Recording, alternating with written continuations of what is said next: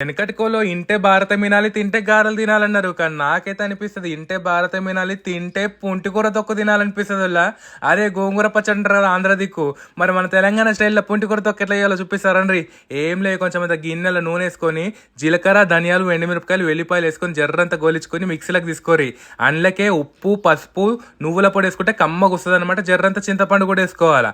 వేసుకొని ముందుగా ఇది మిక్సీ పట్టుకొని మెత్తగా పేస్ట్ చేసుకోరి.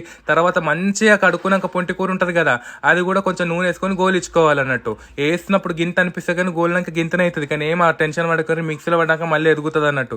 అది మంచిగా మిక్సీ 2 చుట్టూలు తిప్పుకొని మెత్తగా పేస్ట్ చేసుకున్నాక గిన్నెలకు తీసుకొని అందులో ఉల్లిగడ్డ కొత్తిమీర వేసుకొని ఉల్లిగడ్డ మంచిగా చిన్న చిన్న ముక్కలు చేసుకొని మంచిగా అనిపిస్తుంది. నానినాక ఇట్లా పుల్లగా వస్తుంది అన్నట్టు. ఇక తాలింపు పెట్టుకున్నాడు ఇదేనే.